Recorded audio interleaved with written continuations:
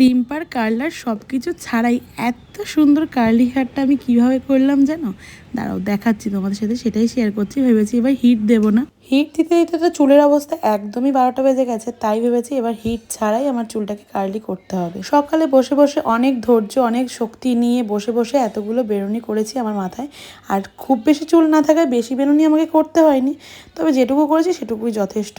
তারপর ধৈর্য ধরে যে আমার বেরুনিটা করতে হয়েছে, তেমন বেরুনিটা কিন্তু খুলতেও হয়েছে ধৈর্য ধরে। কিছুটা খোলার পর ভাবলাম যে একটুখানি হিট তো দিয়ে নিই, তাহলে যদি একটু বেশিক্ষণ স্ট্রেট থাকে, কার্লি থাকে, তাহলে খুব ভালো হবে।